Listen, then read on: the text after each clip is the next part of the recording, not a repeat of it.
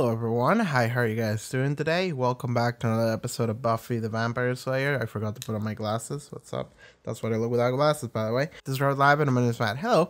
Anyway, so what's up everybody? Let me say that first things first, I woke up like 40 minutes ago. Here's the thing, I didn't sleep a lot because I was forcing myself to wake up to record this because I didn't get to like any other time in the past week, and this needs to go up like tomorrow. But more importantly, and the reason why I'm telling you this is because, hey, I had a dream, and it was a kind of cool dream, and it's Buffy related.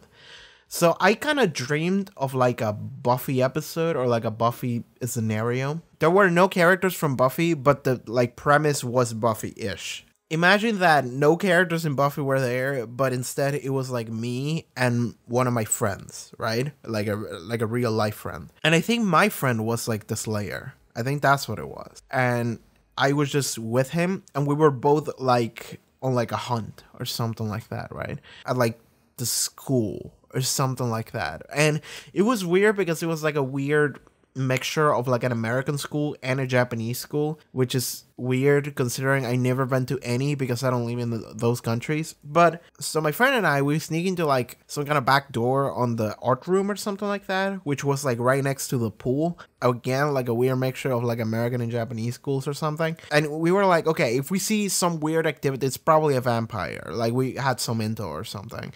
And we get into this like room or like a vent, and we see that there is someone like outside of it. So we need to get the element of surprise here. So my friend is a Slayer, right? So I'm just like, okay, I'm just gonna go out there and I'm gonna like be bait or something. So I go out there and I start talking to whoever that person was. And it was this girl. And I'm not sure what her deal was, but she knew things. Like she knew that clearly we were up to no good. I'm talking to her on like the outside of that vent or room or something. And we're talking, and we talk for like 20 minutes, right?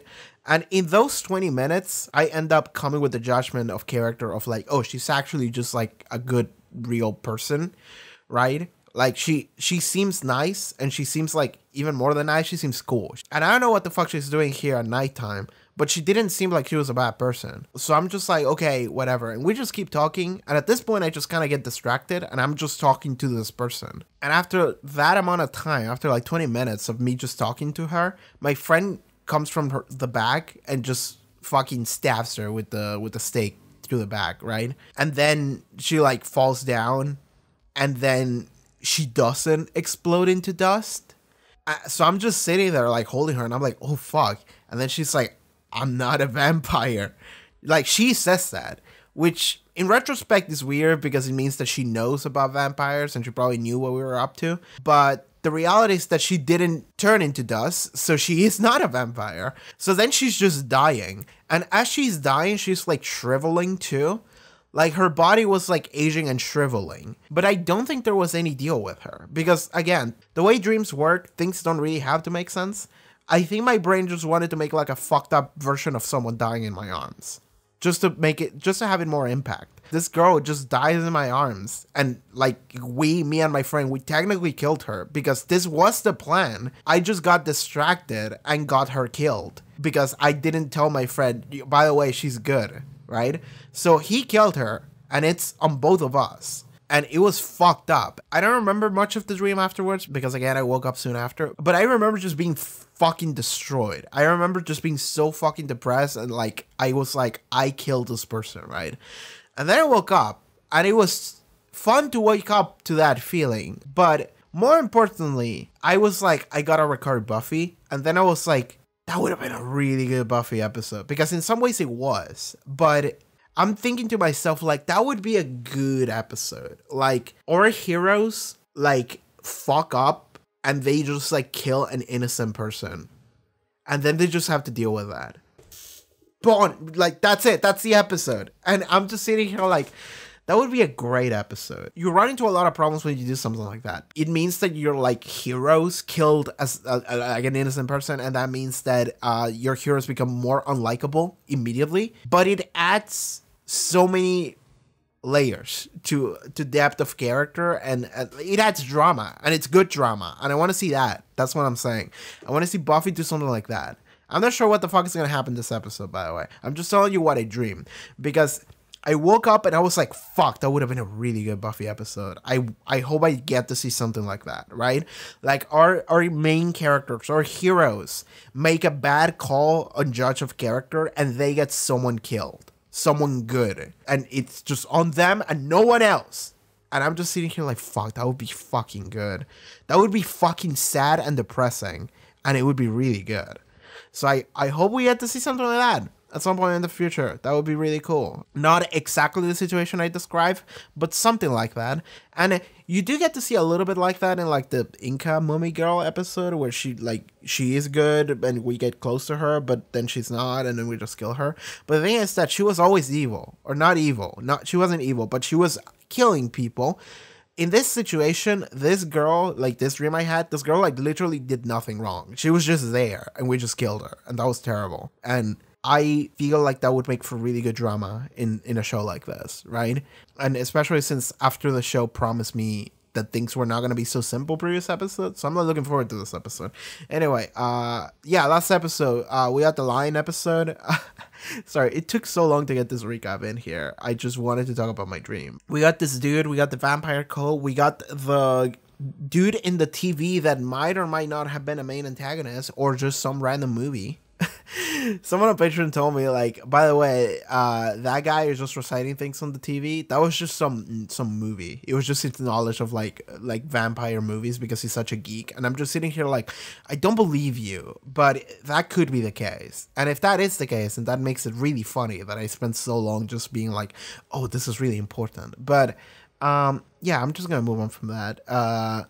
Go into this next episode. It's getting late. I need to do this shit. Let's go. So, Buffy, the Patreon. Check out the Patreon. Check out the link in the description below or the bottom on the screen. You can watch the next 2 episode Buffy reactions already over there, as well as full-on reactions, or just supporting the channel. That would help out a lot. Let's begin. Buffy the Vampire Slayer, Season 2, Episode 8. Let's go.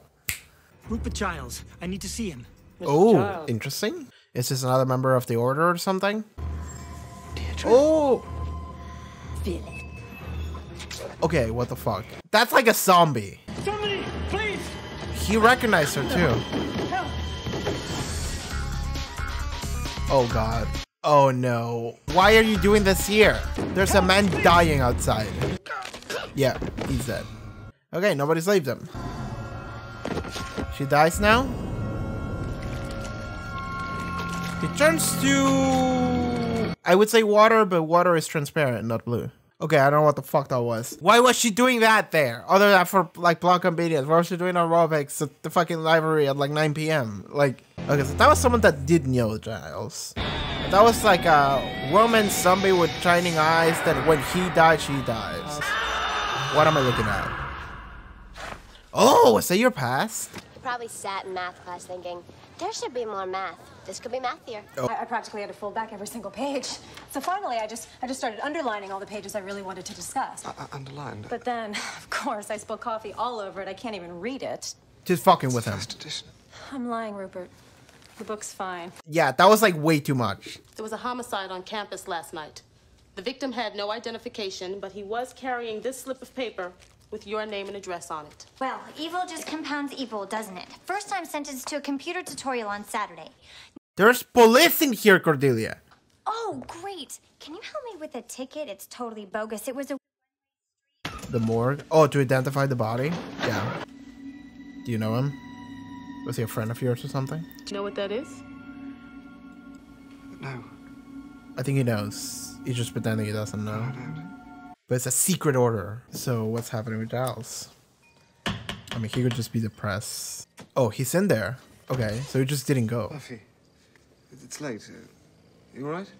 I'm rather busy at the moment, so I'll see you on Monday at school. Middle of something extremely important. And, More than the I'm vampires? sorry, but I'm going to have to say goodnight now. I'm trying to reach Deirdre Page. That was the woman. Giles. Okay, that was the one that killed him. She's been dead for 5 years. Drinking, right? We need to learn about this man's past. Oh, I see. His name is the last one. Ethan Rain. Oh, that's Ethan! Okay, that's the order. It's 5 people, 3 are dead, then it's Ethan, and then it's him. Okay, that's interesting. He has the tattoo. Yeah. He didn't tell the police about it because it's a secret order. So you're back. who was he talking to? Oh, the body's gonna stand back because Deirdre's body stood back. And that's who killed this guy, Henry. So now Henry's body's gonna do that. And it's gonna go after Ethan and Giles. I don't know what order. I'm sorry, this man is dead.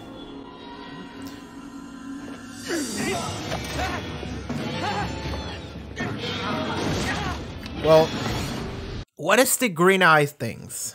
That looks like fucking the Master in the 1996 Doctor Who movie. It's Giles. Oh, he's all right, isn't he? Not sure. I don't know. I think he might have been... Drinking. I think he was drinking. He was home alone drinking? But tea, right? Wasn't tea well. The fact that everyone is like, he was drinking? Giles? Seemed perfectly normal yesterday when I saw him talking to the police. Cordelia? Girl? What were the police talking to him about? Oh, don't tell me I know this one. It's not a quiz question. We could like look into like the paper or something and be like, dead body found at school. So maybe they don't write about it because it's so common. Okay, someone's in the library. Is it Giles or is it... I'm gonna call it's gonna be Ethan. I'm just kind of hoping to see Ethan again because that's a fun, interesting character. It was Ethan! That was Ethan! I got it right first try. I'm such a fucking god. I'm glad Ethan is in here. I'm glad this is a very important Giles episode. Now we're even.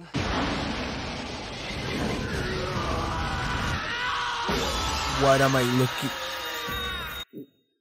Okay. What demonic satanic ritual were they doing? What's the mark of Igon? Ethan Rain. Ooh. You're in grave danger while Ethan's there. Yeah, because they're gonna run into the monster. Henry.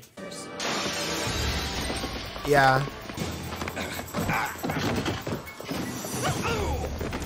Kick him in the dick. Always works. Okay. Oh, they're gonna lock him in. Where are we going with this? I need you to exposit. I need you to give me the answers. It can't be. Yep. Yes, it can. There's a kind of curse that's going after the Ripper. Why did he call him Ripper? Oh! Left when I told you. You put these people in danger, people I care about. If you cared so much about them, why didn't you leave town? You're cursed. He's at... Whoa! He's going after Ethan first. He's going in order, it appears. Some shit.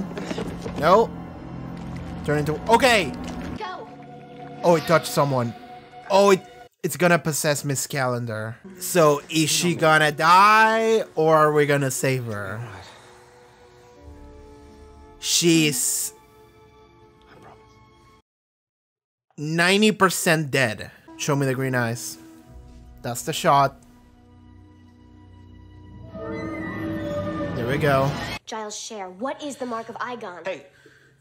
Is this like Berserk? Is he branded for demons to come and get him?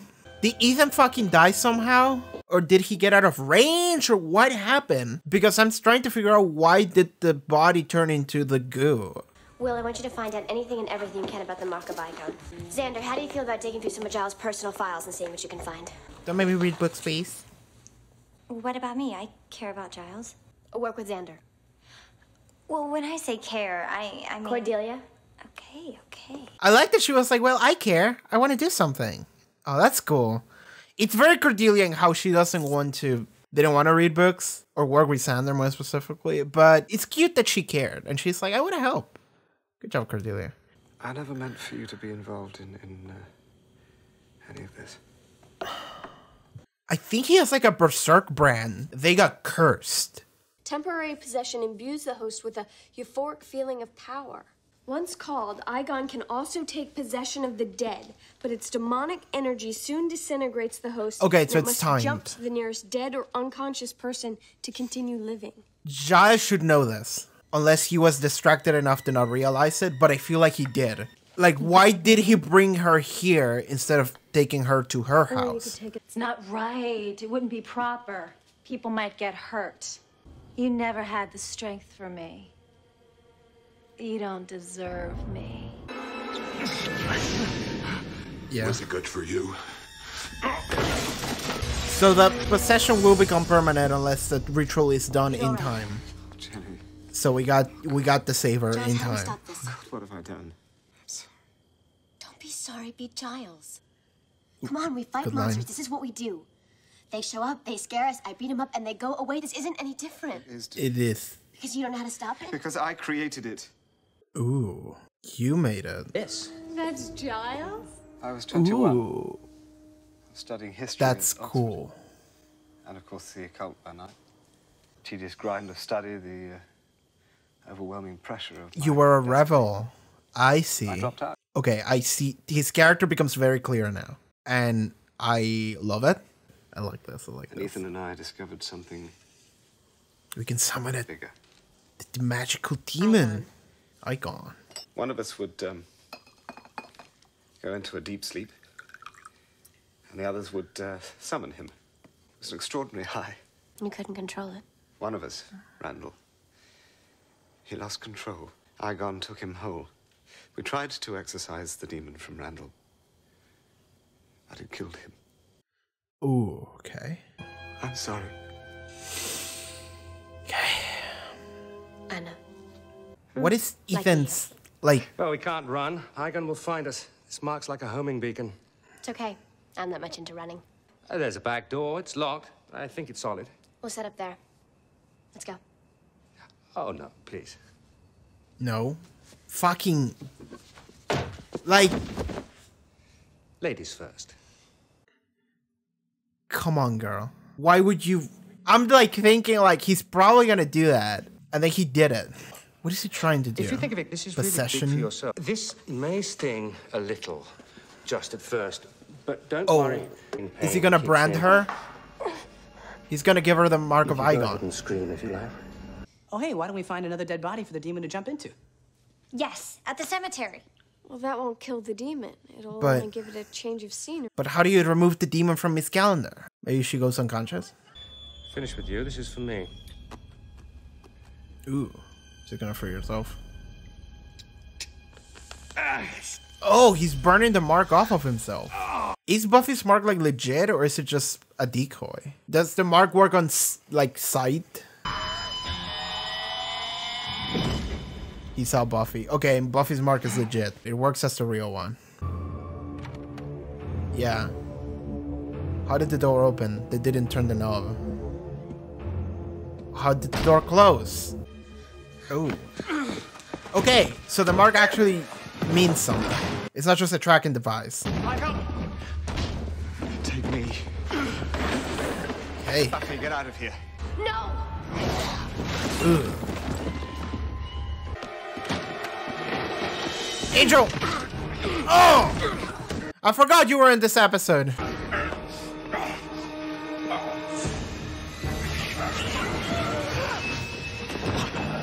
Oh god. It passed out. Did it jump to Angel? And then we decapitate Angel. A vampire doesn't die if that happens. Is it a vampire demon as well?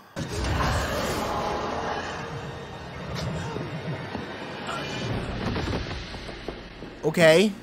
Okay, it worked. Ethan's just gonna run away. Oh my You knew fuck, that if the god, this demon guy was in keeps running trouble, it away. was going to jump into the nearest dead person. I've had a demon inside me for a couple 100 years. Oh. Just waiting for a good fight. The vampire really demon like just him killed to blood. that demon. Well, I don't see how Giles does it. I don't think I he know. has a choice. I see exactly how he does it. I see what drives them. But you're all right. Is there anything you need? No, I'm fine. We can hope she's fine. I mean, I'm not running around, wind in my hair. The hills are alive with the sound of music, fine, but Talk sometime. Dinner or a drink? When you're feeling stronger. sure, sometime. Not now. Yeah, Yeah. sometime. Need to take some distance from each other. I better get to class. In some ways, that hurts more than if she had died. I don't think she'll ever really forgive me. Maybe she shouldn't. Maybe you should. I never wanted you to see that side of me. I'm so used to you being a grown-up, and then I find out that you're a person. Most grown-ups are. Mm-hmm. Who would have thought? After all this time, we finally find out that we do have something in common. I have just the perfect music. Oh my god. Go on, say it. You know you want to. It's not music, it's just meaningless sounds. There. Feel better? Yes. Back on track. Let's go. Just stick to the script. I wonder what Giles would think of like some really like intense shit. Like, I don't know, Cannibal Corpse or some shit like that. I don't listen to that band, but like I wonder what Giles would think of like Maximum the Hormone, which is one of my favorite bands. But boy. Hello, what's up? It's been a couple hours since I watched the episode. I wanted to record this sooner, but I went to get some food. And then some dude started mowing the lawn outside. And I was like, well, shit, now there's a lot of noise, so I can't really do this. Okay, I've been thinking about the episode, though. Like, I was thinking about it while I was, like, cooking and stuff.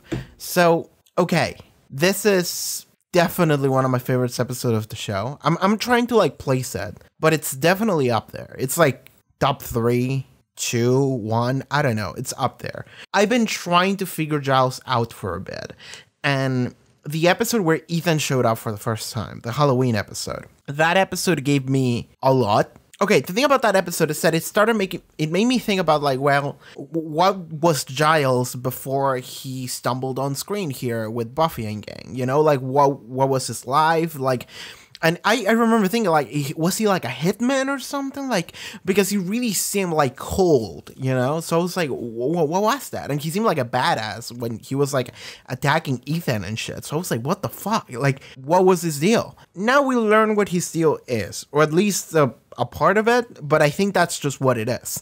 And this also makes a lot of sense. It creates a lot of character depth, and it is something that I like definitely understand. This is like the main thing I want to talk about, like right now. This is the Giles episode, and we get to learn everything about why Giles is the way that he is, and this makes complete sense. Giles, when he was younger, I don't remember if they said ages, but he was younger. He was like a preteen, or no, I think he said like college, whatever. So when he was in like his 20s or something, let's just say early 20s, like young man, but also like brain not fully developed yet, right? So Giles was very rebellious. So he had this thing where he was meant to be a member of the Order, because I think it passes down generations and stuff. I think we've heard this before, I think. So he had like a future and duties to fulfill as a Watcher, like already laid out for him. And I remember the episode when I was watching this. I remember the episode from season 1. I don't remember which episode. I think it was like 5, which was the episode about responsibilities. And I think I remember him saying something along the lines of like he did have to give up stuff for his like duty, right?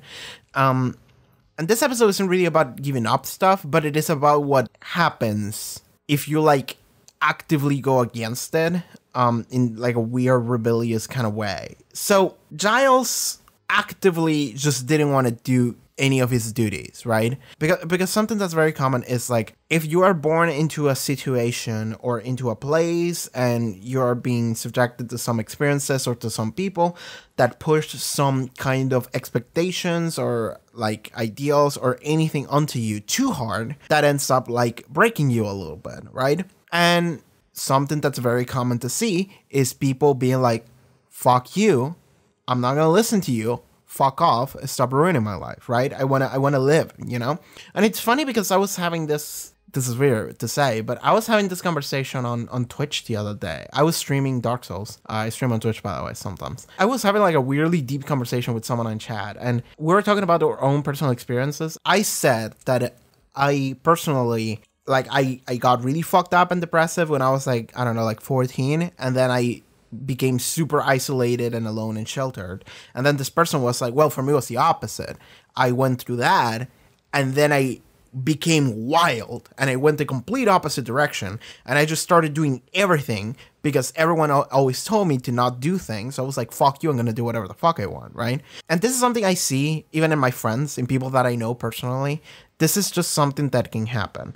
And Giles had something similar to this. And it's not fully explored too much, but Giles became someone that said, fuck the Order, right? I don't give a shit about that. I'm just going to do whatever the fuck I want to do. And he actively went for the most, like, almost spiteful, like the worst crowd he could get himself involved with, because he was like, fuck my duties, I'm gonna do like the opposite, right? So then he just straight up got into like demonology or some shit, right?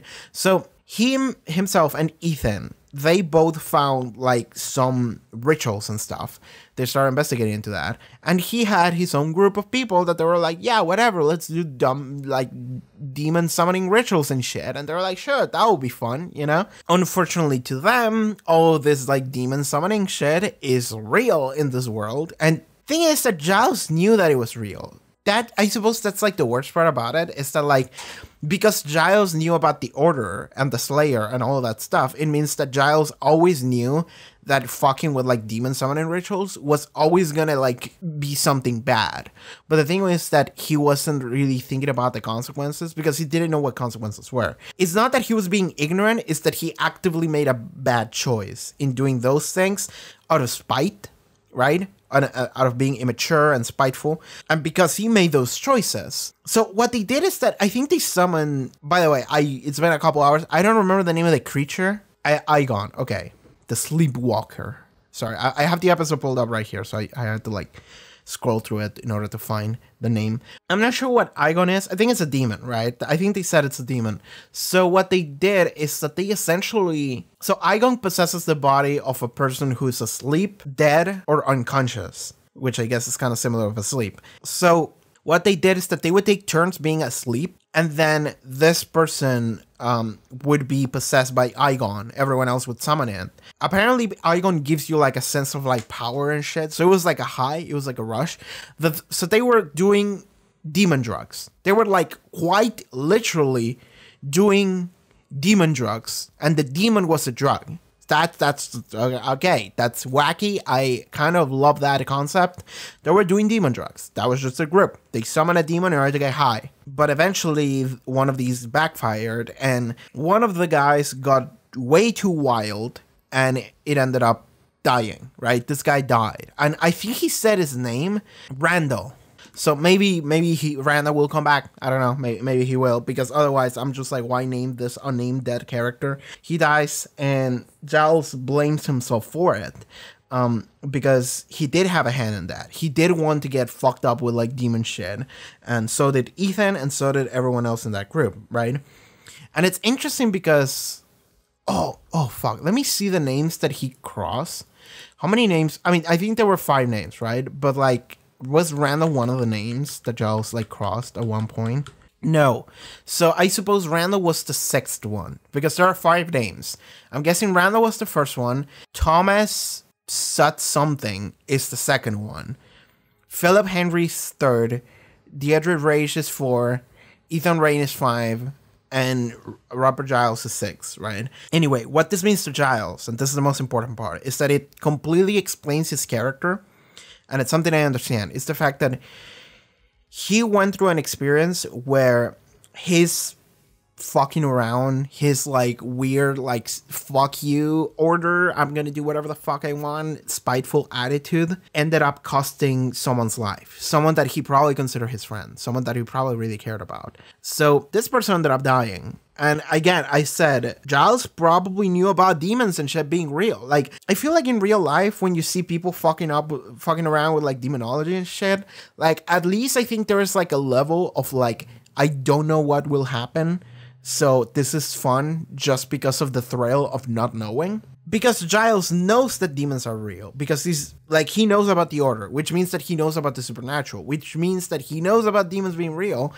It means that actively choosing to participate in rituals like this, it means that he's actively being self-destructive and he's getting other people around with him. He's just not thinking too far ahead. He's not thinking like 5 minutes into the future of like, oh, maybe one of my friends could die and what would I feel then? Like, he's not thinking about that because he's young and stupid. But when it finally happens, it like changes him forever. And it's interesting because early in the episode, you see Buffy and Willow and Sander, and they're kind of making fun of Giles. They're like, he's so stuck up, he's such a stick in the mud, you know, he's so boring. Almost seeing Giles as like a character trope instead of a character, which I understand. I have done that before. That's why at the end of the episode, Buffy looks at Giles and she's like, well, what do you know? Like, I didn't think that you were actually a real person, you know? So now he literally has his friend's blood on his hands. And that changes you. It definitely would change you a lot, because that explains why he is the way that he is. And it's almost sad. It actually is like sad. Because if you look at Giles now, it means that everything that Giles is, before you could look at him as like, oh, the nerdy librarian, you know, he's kind of a stick in the mud. He's very strict and rigid about the rules, and he's kind of meek. But like, now you look at him and you're like, oh, the reason why he's like that is because he has been the opposite, and then that cost his friend's life, and now he went the complete opposite direction because it's like, I don't want that to ever happen again. And that's something like I really understand. I understand the feeling of like not really being considerate, just being impulsive and stupid and young, and then like that ends up costing, and that's when you like realize like I like fucked up. I fucked up big time, and there's like nothing I can do to like bring this back. There's nothing I can do to like make it better.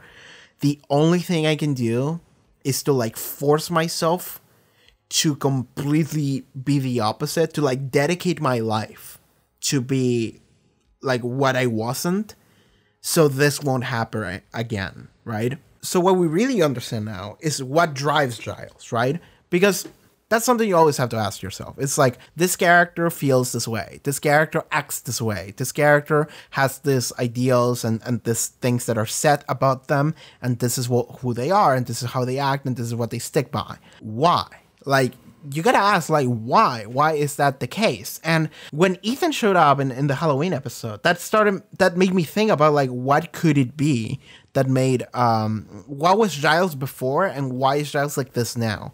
Because I was trying to like figure out if Giles was just putting on like a show, like he was actually like a completely different person, and we just didn't know that. He was just acting. But then he had a moment where he said something like, I am like the Watcher. I am like gonna protect the Slayer. Like he said those things like, this is who I am.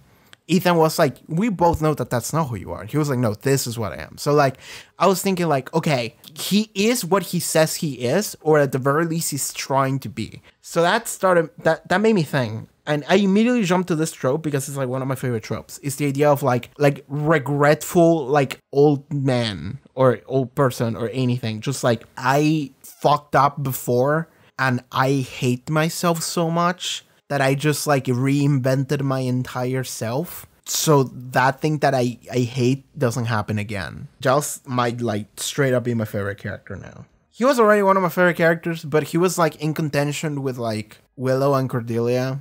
But like the thing about them is that there's not a lot of depth to them. Maybe a little bit to Cordelia, but not that much. Now I'm just seeing Giles and I'm just like, oh, that's fucking good, dude. Like I fucking love that.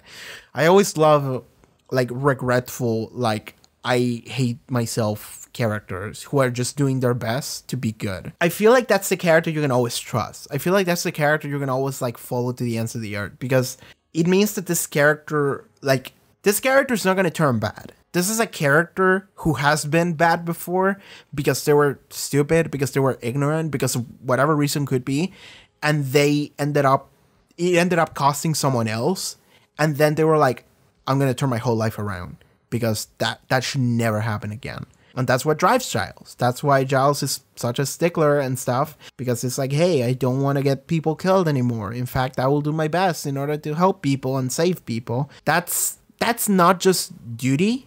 That's a personal motivation of like, I hate myself and I hate what my past has been. So now in order to like cope with it, I have to save people, you know? So that's why he's the way he is.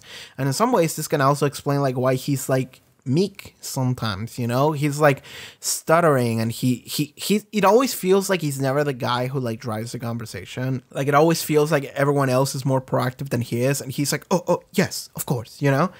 But that might be because he just like has like no sense of ego anymore, right? And I mentioned this before, mostly with like Angel, because this also kind of applies to Angel. Angel is a person that has done a lot of fucked up shit, and it wasn't entirely his fault because he was like a demon and not him, but he still remembers that he did that, so he feels like shit. And he isolates and he broods, and that's it. Giles took that as, instead of brooding alone in isolation, he was like, I have the possibility to do good, and fuck you, I'm going to do good. I'm going to do the best good I can fucking do in my life, you know? I'm going to read all these fucking books. I'm going to remember all this fucking shit. I'm going to track the fucking Slayer. I'm going to be like, girl, I'm going to follow you to the end of the earth because I hate myself and that I killed my best friend Randall. So I will do anything in order to like help people now. Because otherwise, like, I wouldn't be able to live with myself if I wasn't actively doing good, right? That makes such a compelling character to me. I understand that this might not be the case for everybody, but to me personally, this is the kind of character that I need. This is the kind of character I need in my life. I need more of this. This makes complete sense, and it's something I just love. And it was something I was hoping would happen, and it did, and I'm totally down with that. So that explains Giles. That tells me what Giles' past was. There's a couple of gaps that we could explore further about Giles, but right now this is really all we need. That answer the questions about Ethan and stuff. Thing about Ethan is that I don't know what the fuck Ethan is about. Like that was something I was wondering during this episode. Like, because Buffy walked into Ethan and she was like, I'm gonna protect you, and Ethan was like, okay, cool. Can you turn your back to me, please? And she was like, of course, hit me in the back. And then he hit her in the back, and I'm just like this guy was the main antagonist like 2 episodes ago, and now we're just chilling with him, and he was like, Buffy, would you lower your guard for me? And he was like, of course, Mr. Ethan, I will do that for you. And then he just bonked her in the head, and that's it. And I'm just sitting here like, that's okay. Like, that is a little bit silly. Like, I would, like, this is clearly not a guy to be trusted. When he said, you go first, I was like, nah, you tell him you go first. You watch over him. You watch over his ass. Like, to make sure that nobody gets after him and to make sure that he doesn't do any fucking funny shit. And then immediately Buffy turned her back to him. And I was like, oh my fucking god, girl. So this ends up being a thorn in the middle of the development of Giles's and Mrs. Calendar's relationship too. Okay, this just becomes a thorn in every relationship for Giles, because this is like literally Giles's past mistakes coming back to ruin his life once more, you know? Like, they defined his life, now they're back to like ruin it even harder, right? Because even Rupert told him, like, why didn't you just leave town? Why didn't you just leave everyone behind? Because like, he's like, I know you've been having the dreams because I've been having them too. So he could feel like the fucking Igon coming, maybe. And he chose to stay and stick around because he was like, well, I have a duty, or like, I care about them. But in a similar manner, if you care so much about them, why didn't you just leave? But like, that's a trap, you know? That's a trap of isolation. That's like what Angel did, right? Like, you can dance if you want to, and you can leave your friends behind too. But ultimately, you're just gonna be alone, left for someone to come and get you. And maybe you'll like come up with some shit to like fight it back or something. But staying with your friends was the solution. That's kind of is always the solution, because that's like the thematical lesson, you know? Stick around with your friends. Together, you will be able to figure this out, you know? Together, they'll be able to help you out. But because Giles just doesn't want to... It's the struggle of like, I don't want to run away, but also I don't want to get everyone involved. So he doesn't really tell anyone about the whole Igon thing or his past or anything. Partially because he doesn't want to get them involved, but also because he probably just feels ashamed. He feels ashamed of his past, so he doesn't want to tell anyone because it hurts. It hurts to share that stuff. So, of course he keeps it locked away. Of course he never tells anyone. But now we're in a situation where we have to. But the thing is that it does get everyone involved. And he gets Miss Calendar involved. And she could have died this episode. In fact, I was like 90% sure she was gonna die. I said it. When she got like possessed, I was like 90% sure she's dead, 10% sure we can save her somehow. The episode ended up nicely in the sense that we ended up saving her.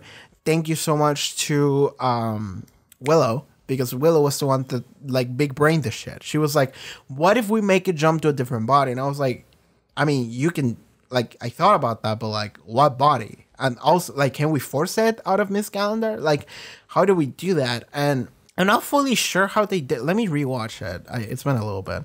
Okay, so Angel just choked Miss Calendar until she spit the demon at Angel. Was that established? I feel like the demon would possess someone the moment they become unconscious. How, like, not you make the demon unconscious and then they jumped into your body. Like, okay, that I'm just gonna chuck that to like that was probably explained, and I just forgot about it. I do that all the time. That's completely fine. But the solution ends up being make the demon jump into Angel. And okay, this is the wacky part of the solution. I was like, okay, but what do we do then? Like, they mentioned decapitation. Are we gonna decapitate Angel? And then, like, Angel won't die because he's a vampire and you need, like, a stake in order to kill him. But then I was like, wait, but the book says in order to kill a demon, you must decapitate it. And vampires are technically demons. So I'm just sitting here like, well, that would kill Angel, so that wouldn't work. No, the solution is Aigon is going to go inside of Angel's body, and Angel's vampire demon that is inside of him will battle Aigon and kill Aigon, ending the cycle. Okay, I feel like that's a really weird solution, but I believe it. I'm a JoJo fan. I can roll with things, you know? I can look at something and be like, that. I don't know if that would work, but I'm not going to question it because the show says it works. Therefore, it works. That was a big range solution. I wouldn't have been able to think about that. And even if I did, I would be like, that doesn't sound like it would work, but it did. So shout out to Willow. Brains to the team, coming in clutch. I do want to give kudos to Cordelia here, because Cordelia, there is a moment here. I mean, okay, there's a couple moments where Cordelia is a complete ditz because she is Cordelia, and we forget that Cordelia has depth sometimes, and by sometimes I mean like most of the time. But then sometimes in like a random episode, she'll be like actually good. And I'll be like, okay, like we have like 10 different Cordelia writers and one of them is good. One of them has an idea of what they want to do with this character. And the other 9 writers are just writing like a cartoon. But I do like the moment where Buffy is like assuming like a commander position on Xander and Willow and Cordelia. And she's like, okay, Willow, go, and we gotta find all we can do in order to find this shit about Giles' past. And it's like, well, we're probably not gonna be able to find anything on the net, maybe in the books. And she's like, well, start reading books. Then she goes to Xander, and it's like, Xander, go help Willow out. We need you all on book duty. Everyone needs to like find something. And Xander is like, all right, let's snoop around the fucking old librarians like past. Like, that sounds fun. And then Cordelia looks at Buffy. It's like, yeah, I'm smiling. And I thought that the joke was going to be that she doesn't want to read books. But no, the joke was that Cordelia is like, I want to help too. I care. And then Buffy is like, go help Xander. And Cordelia is like, do I have to help Xander? Okay, that joke implies that she doesn't like Xander, which is fine. I believe that. But it also means that she cares. And she wanted to help, and she was totally down with doing a nerdy thing such as reading books, which is something Cordelia doesn't do. But she's totally down with doing so in order to help Giles. I like that. That's good. Cordelia depth, a little bit of it. It means that she cares. She says that she cares, and she's willing to help. Like, I feel like that's the first time we see Cordelia actively wanting to help. I don't think we've seen that before. I feel like every time Cordelia has been part of the plot, it's been because she's a victim, she's just suddenly there, or they force her to do something. In this case, she's actively like, I want to help. And I'm just sitting here like, good for you, Cordelia. I'm glad you have a moment. That was really good. So I'll give full points to Cordelia for that one moment in this episode. And I will ignore the earlier moment with the police when she was the most tone-deaf person I've ever seen in my life. That was good. But yeah, like Giles' literal past demons come back to haunt him and kind of ruin his life again and destroy his relationship with Miss Calendar. Because at the end, you can see that Miss Calendar is kind of aversive towards Giles. Giles is like, you know, we can hang out again, you know, we can talk about what happened and stuff. And Miss Calendar is like, no, like, well, she's like, sure, sometime, you know. And Giles, like, this is like the moment that's like kind of heartbreaking is when he like tries to like reach out to like touch her or something, and then she just steps back. She's like, don't touch me. And that's kind of sad. That's really sad. And then she just leaves, and then Buffy sees that and it's like, yeah, that's sad. And then they have a moment of like, let's go back to the status quo of like, you're my trainer and I'm like the student, and we keep doing our thing and try to pretend things are normal. And then they're like, yeah. And they do that. And that's good. But that whole situation kind of ruined the relationship a little bit because it made it really weird. And like, Miss Calendar is not wrong in acting that way, by the way, because like she went through a very traumatic experience of being literally possessed by a demon and almost dying. And it's all literally Giles' fault. Like, that's the thing. There's no one else to blame but Giles. Ethan too, you know, but it is Giles' fault. He summoned the demon. He started this like weird possession chain and the demon is here to kill Giles. Like, it's literally all Giles' fault. So in some way, Miss Calendar, and it's probably not just like the idea of like this fucked up thing happened to me because of you, but also the fact that he wasn't fully honest with her, right? Because something this episode did is that it showed Giles' like true nature to everyone else. Like when he saw Ethan, he had a moment of like, fuck you, and just grabbed him. And everyone was like, Giles. And he's like, this man is dangerous. Like you all don't know what's going on. Like you all don't know the danger you're in, right? And everyone saw Giles that they have never seen before, right? Then they learn about the past, which means that this is all things that no one really knew about Giles. Which means that it would be normal for someone to look at that and be like, I don't know if I can trust that guy. Because that guy, he hasn't been lying, but he hasn't been fully truthful or not honest regarding details about his past. And because they're trying to be somewhat intimate, it means that she would have expected him to like open up a little bit about what happened in the past. So maybe she even feels like a little bit betrayed over the fact that he didn't really tell her much, you know? I feel like if he had told her about what happened in the past and then the possession thing happened, maybe she would have been like, okay, like, don't worry. Like, it was a little bit weird and hard, but I'm not gonna, like, actively run away from you. But now she's, like, actively running away from him because it feels weird, and she probably feels weird about him, too, you know? She was trying to be intimate with him, and she thought she knew him, and then all of this comes out, and she's like, I don't know anymore. And that's scary. Uncertainty is scary. So yeah, all those things just coming in together. And it's all sad for Giles. But if anything, this episode was just great all around. Like, there was nothing in this episode that was, like, to me, like, questionable or slow or like, not cool. I mean, Buffy turning her back on Ethan a little bit. Like, that was a little bit weird. That was, like, a little bit too predictable. Like, almost cartoony. But whatever. I'll take it. All right, there's this scene where fucking Igon in the body Miss Calendar walks into Ethan's shop. And she's standing in front of the door, and there's like a green, like an evil glowing goo green, neon green, just fluorescing behind her, just for effect. And just for greater effect, the door opens on its own.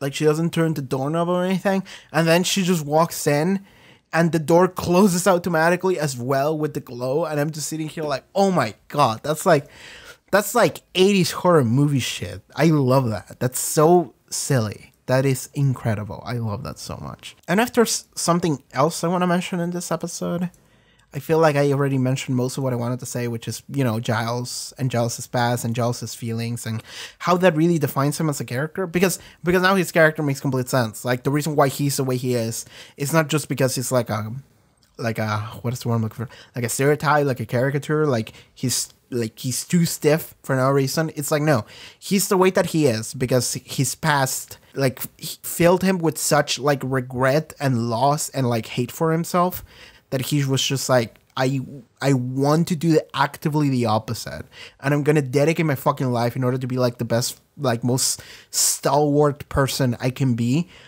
because that's like a coping mechanism of over like the regret he feels of what his actions were when he was younger.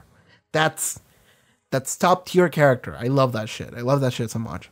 Oh, one thing I thought about, the tattoos, like the marks, the mark of item. Why didn't Giles remove it, or anyone else remove it for that matter? You know, like they had years to remove that mark and they didn't. My best guess is that the reason why they didn't remove the marks was because they formed like a pact or something when they all just looked at each other and they were like, let's never take this off, because let's always take it as a reminder of our mistakes, so we don't commit them again, you know? It would make sense if that's what they did, you know? If all of them kept the marks as like a grim reminder of like their friend Randall and fucking with demons, you know?